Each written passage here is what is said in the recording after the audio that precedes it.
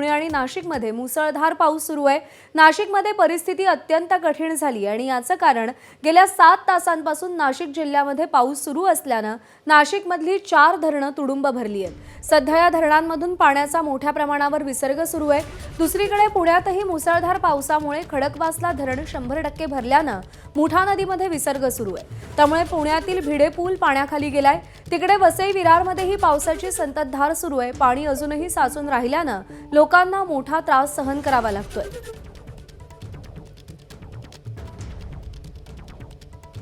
तर नाशिक, पुणे आणि वसई विरार मधली ही दृश्य आपण पाहतोय। वसई विरार मध्ये अजूनही पाणी आहे। खडकवासला धरण 100% भरलेलं आहे। त्यामुळे मुठा नदी पात्रात मोठ्या प्रमाणावर पाण्याचा विसर्ग केला जातोय। ओंकारेश्वर मंदिरात पाणी साचलेलं आहे। तर नाशिकमध्ये गेल्या 7 तासांपासून पावसाचा कहर पाहायला मिळतोय। धरणं भरलेली आहेत। गोदावरी नदीने धोक्याची पातळी ओलांडलेली आहे। दुतोंड्या मारुतीच्या छातीपर्यंत पाणी आलेलं आहे। तर रामकुंड परिसरातील छोटी छोटी मंदिरं पाण्याखाली गेलेली आहेत। ही दृश्य आपण पाहतोय नाशिकमधली, पुण्यामधली आणि वसई विरारमधली।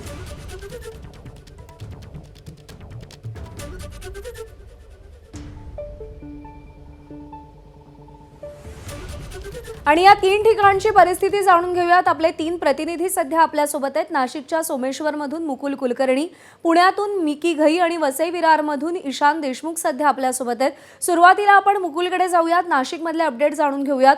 मुकुल, गेल्या 7 तासांपासून नाशिकला पावसाने झोडपून काढलंय। गोदावरी नदी धोक्याच्या पातळीवरून वाहतीये। काय परिस्थिती नाशिकमध्ये? रामकुंड परिसरात काय चित्र आहे? सोमेश्वरमध्ये काय दिसतंय? प्रज्ञा, रात्रीपासून मुसळधार पर्जन्यवृष्टी सुरू आहे। मात्र गोदावरी नदीने धोक्याची पातळी अद्यापही ओलांडलेली नाहीये।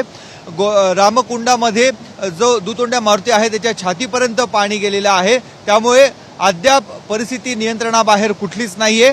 फक्त नागरिकांनी सतर्क राहावं असं आवाहन प्रशासनाच्या माध्यमातून करण्यात आलेलं आहे।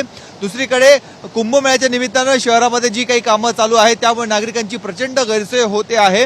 त्यामुळे प्रशासनाने तिकडे देखील लक्ष देण्याची गरज आहे। आपण आता सोमेश्वर धबधब्याची दृश्य बघत आहोत।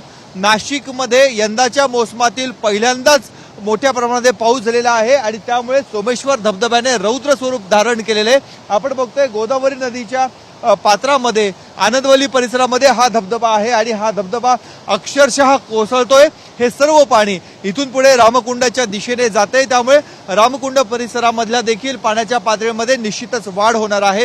या पार्श्वभूमीवर सोमेश्वर धबधब्याच्या आजूबाजूला पोलिसांची गस्त असणं आवश्यक होतं, मात्र कुठल्याही स्वरूपाची गस्त नाहीये। आपण बघतोय काही तरुणांचं टोळकं आहे तिथे, केव्हाची तिथे हुल्लडबाजी देखील केली जात आहे, मात्र त्यावर नियंत्रण कोणाचंच नाहीये। तर अशा धोकेदायक ठिकाणी कुठलीही दुर्घटना घडू नये यासाठी पोलीस प्रशासन त्याचबरोबर स्थानिक यंत्रणांनी लक्ष देणं गरजेचं असतं। मात्र सध्या तो अभाव इथे बघायला मिळतोय। मात्र रात्रीपासून सुरू असणारा पाऊस आता कुठे थोडी विश्रांती घेतोय, परंतु पावसाचा जोर हा अधूनमधून कायम आहे। त्यामुळे नागरिकांनी सतर्क राहावं असं आवाहन केलं जात आहे। आपत्ती व्यवस्थापन मंत्री गिरीश महाजन थोड्याच वेळामध्ये नाशिकमध्ये देखील दाखल होणार आहे आणि नाशिक शहरातील पूरस्थिती आणि इतर गोष्टींचा आढावा घेणार आहेत।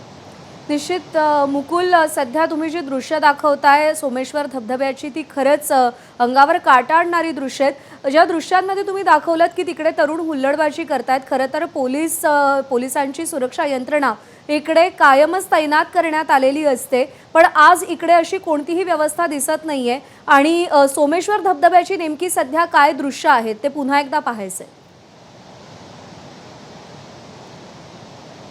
आपण बघूयात, माझ्या मागच्याच बाजूला हा सोमेश्वर धबधबा आहे।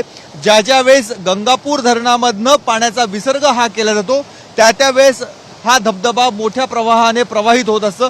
मात्र परिस्थिती अशी आहे, गंगापूर धरणामध्ये सध्या 50% पाणीसाठा आहे। गंगापूर धरणामधनं पाण्याचा विसर्ग नसताना देखील मोठ्या प्रमाणामध्ये हा धबधबा प्रवाहित झालेला आहे। याला कारण आहे रात्रीपासून म्हणा किंवा गेल्या 2 दिवसापासून नाशिक शहर परिसरामध्ये जी मुसळधार पर्जन्यवृष्टी होत आहे, रस्त्यावरचं पाणी, ठिकठिकाणचं पाणी हे आता नदीपात्रामध्ये येत आहे आणि त्यामुळे हा धबधबा रौद्र रूप धारण केलेला आपल्याला बघायला मिळतोय। आता जर अजून पाऊस वाढला, गंगापूर धरणामधनं जर पाण्याचा विसर्ग करण्याची वेळ आली तर या धबधब्यामध्ये आणखी मोठ्या प्रमाणात पाण्याचा प्रवाह होईल। आपण बघतोय अक्षरशः पाणी हे खालच्या बाजूला कोसळते। खाली जवळपास 20 ते 25 फूट खोल नदी पात्र आहे परंतु आता ते एवढं खोल नदीपात्र आपल्याला दिसत देखील नाहीये, कारण पाण्याचा प्रवाह एवढा आहे, नदीपात्रामध्ये पाणी मोठ्या प्रमाणामध्ये वाढलेले आहे आणि म्हणूनच हा धबधबाने रौद्ररूप धारण केलेले आहे। त्यामुळे नदीकाठच्या दोन्ही बाजूच्या नागरिकांना सतर्कतेचा इशारा जरी देण्यात आलेला असला तरी देखील पोलिसांची गस्त इथे असणं आवश्यक आहे। खरंय. पुढच्या बाजूला काही कामं देखील सुरू आहे, त्यामुळे काही प्रमाणामध्ये गर्दी कमी असली तरी नागरिक इथे येत आहेत, पर्यटक इथे येत आहेत। नाही, निश्चित अक्राळ विक्राळ रूप या धबधब्यानं धारण केलंय आणि पोलिसांची गस्त इकडे असणं अत्यंत गरजेचं आहे।